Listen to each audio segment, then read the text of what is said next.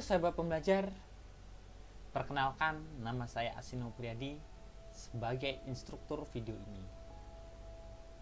Ini adalah video pertama dari seri ketiga, yaitu seri mengenai membuat website dengan CMS WordPress. Sebelum kita mempraktekkan langkah-langkah penginstalan WordPress pada localhost kita harus mengenal terlebih dahulu apa itu CMS dan apa itu WordPress. Yuk kita mulai bahas.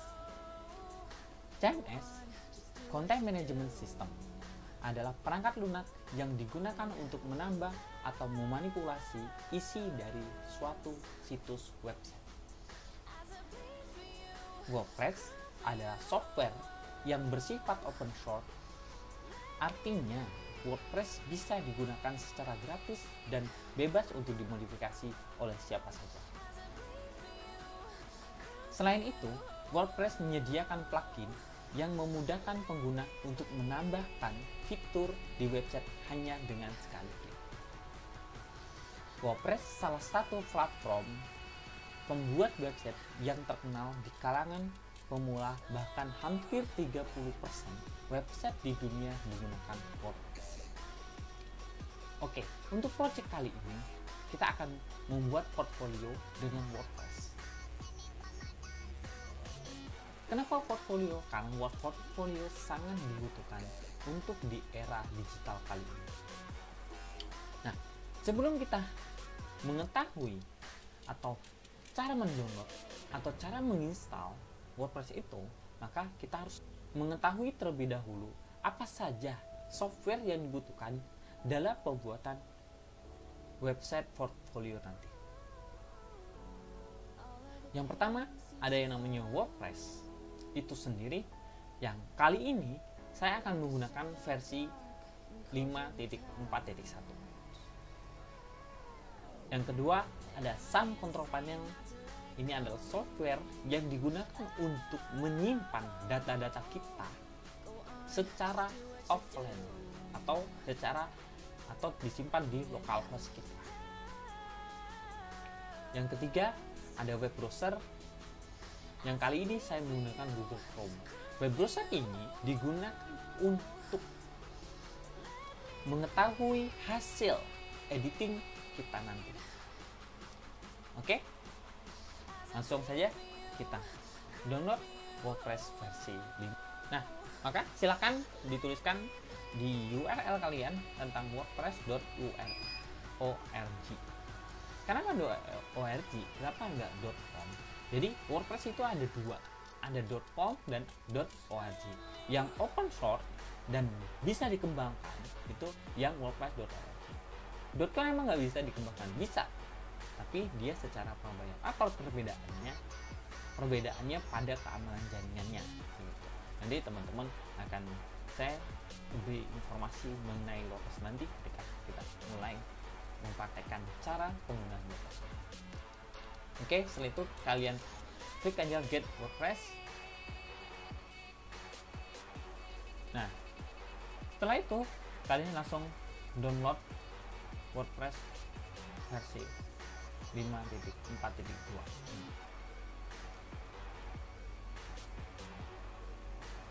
Nah, maka file tersebut akan terdownload secara otomatis.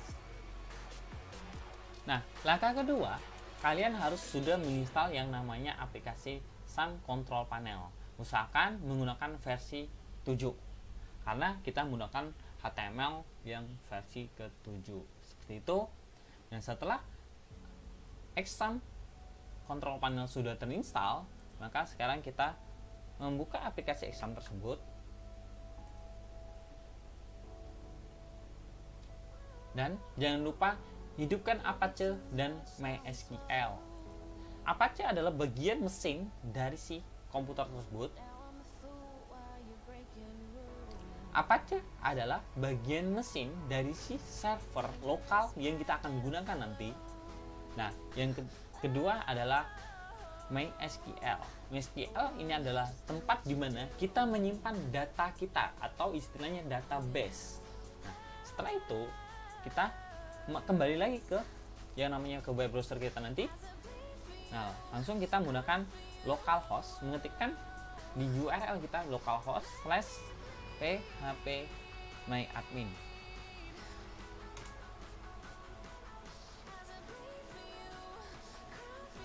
Nah, maka kita sudah masuk ke bagian localhost kita dan phpMyAdmin ini. Nah, untuk kali ini kita harus membuat terlebih dahulu yang namanya database. Database itu apa? Data yang di manajemen oleh si sistem. Sistem ini apa? Sistem dari sini SQL ini tadi. Nah, misalnya kita kan mau membuat project portfolio, maka saya tuliskan portofolio yang saya akan buat nanti tentang SMK Dewantara. Maka saya tulis Dewantara.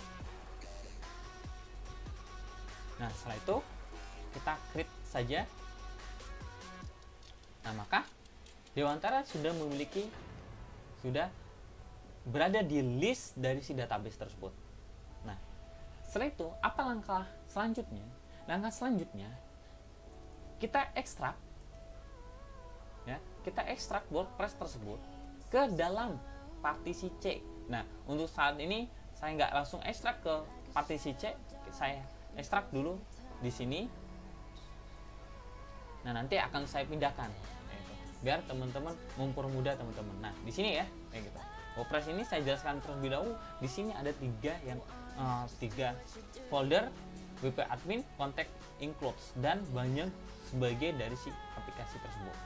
Nah, nanti saya akan jelaskan satu persatu. Nah, setelah itu kita rename sesuai dengan project yang kita akan buat nanti. Misalnya kita menggunakan saya akan membuat website Dewantara, berarti saya tuliskan Dewantara. Maka teman-teman silakan menggunakan nama masing-masing, misalnya namanya ASI atau seperti apa, bebas gitu. Setelah itu kita copy, kita letakkan di partisi C di folder exam. Setelah itu folder htdocs. Setelah itu kalian copy paste di sini.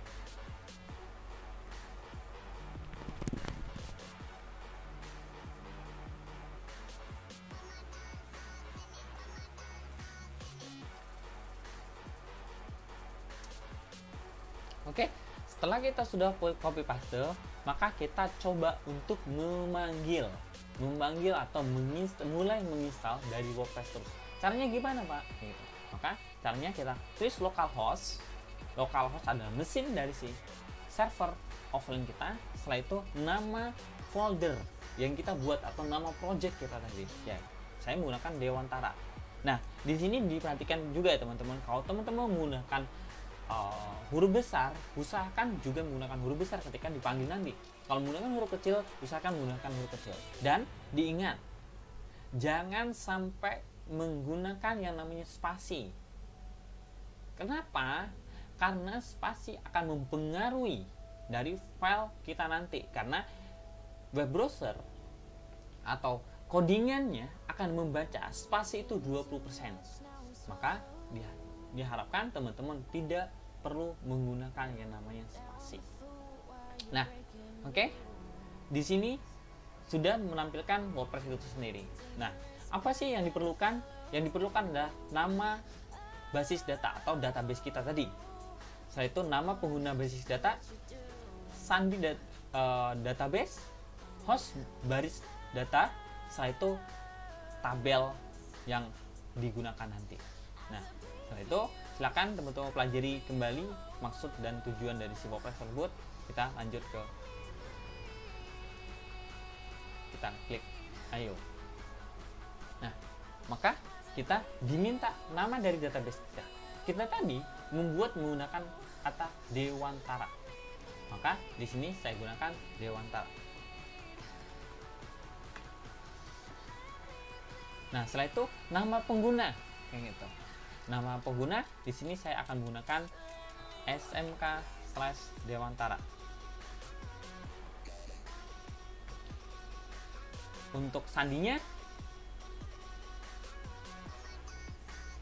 maaf ya, untuk nama pengguna kita menggunakan root aja, kosongkan saja. Setelah itu sandinya kita sandinya kita kosongkan, kayak gitu. Jadi nama pengguna root, nama sandi kosong. kita kosongkan saja untuk sementara, nanti kita rubah sesuai dengan kebutuhan. Karena jadi nama pengguna ini adalah nama pengguna pada database ini, kayak gitu. Jadi database ini sementara masih saya kosongkan tanpa kita menggunakan user dan passwordnya, gitu. Tapi kalau teman-teman nanti men-setting menggunakan user dan password, maka teman-teman cantumkan di sini, kayak gitu ya. Itu untuk saya kosongkan menggunakan root. Setelah itu sandinya saya kosongkan. Nah, host basis datanya adalah localhost. Atau teman-teman jika tidak bisa menggunakan localhost, menggunakan IP address ini, yaitu 127.0.0.0.1, kayak gitu. Nah, setelah itu praktisi tabelnya WP. Kenapa WP? Karena di sini kan kita diminta untuk ketika kita mau buka Dewantara, gitu, maka kita diminta nama-nama sih dari tabel tersebut. Nah, itu kan masih kosong. Nah, nanti akan terisi sendiri sesuai dengan yang dibutuhkan, karena ada tulisan WP, setelah itu apa namanya, kayak gitu ya. Nanti akan secara otomatis dia akan mengambil data-data yang berada di software yang kita tadi copy di localhost kita tadi, kayak gitu. Setelah itu kita kirim. Nah, setelah itu kita sudah diizinkan untuk menggunakan dan jalankan dan pasang. Nah, di sini kita sudah diminta untuk memberikan nama dari si situs. Nah, nama situs kita apa? Saya menggunakan SMK Dewantara. Nama situs saya SMK Dewantara. Nama pengguna SMK Dewantara juga. Nah, untuk password, untuk sementara saya menggunakan Dewantara 24. Tuh. Nah, untuk teman-teman usahakan disembunyikan untuk password. Berhubung tutorial, saya sampaikan aja gitu. Nah, setelah itu tugas ulangi dan kata sandi. Oke. Nah, email ini digunakan untuk verifikasi ketika teman-teman salah. Ya. Salah dalam menginput user dan password nanti. Maka teman-teman harus menggunakan. Nah, ini untuk penggunanya jangan menggunakan spasi ya, langsung disambung saja nama penggunanya, walaupun sebenarnya boleh menggunakan spasi gitu, karena ini hanya menggunakan user and password nanti aja gitu. Nah, setelah itu yang terakhir menempatkan pada mesin pencari. Jadi teman-teman bisa menghilangkan kayak gitu atau menonaktifkan ketika di situs nanti, ketika kita sudah upload secara online kayak gitu. Tapi untuk apa kita buat website kalau kita sembunyikan gitu? Tapi ada sih kayak gitu, website tertentu disembunyikan untuk pribadinya sendiri kayak gitu. Jika disembunyikan checklist, jika tidak jangan. Untuk saat ini jangan di checklist kayak gitu. Nah, setelah itu kita install WordPress.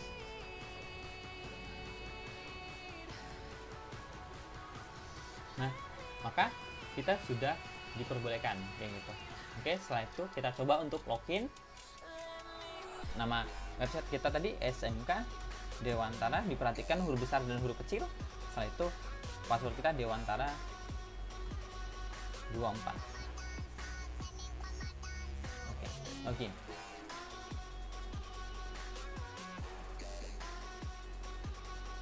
Nah, secara otomatis file kita sudah ada di sini gitu. Jadi ini adalah tampilan pertama atau tampilan dashboard dari si WordPress kita. Nah,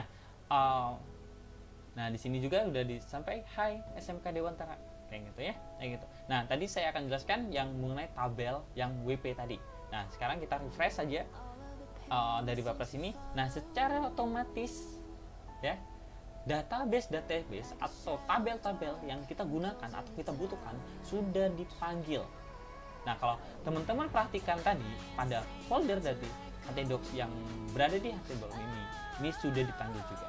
Jadi ini adalah tabel dari si database tersebut. Kenapa menggunakan WP? Karena standar dari si WordPress ini sudah menyediakan WP dari si WordPress tersebut, gitu ya. Oke, cukup sekian pertemuan kali ini. Semoga tutorial ini bermanfaat Sampai bertemu di video yang akan datang. Terima kasih.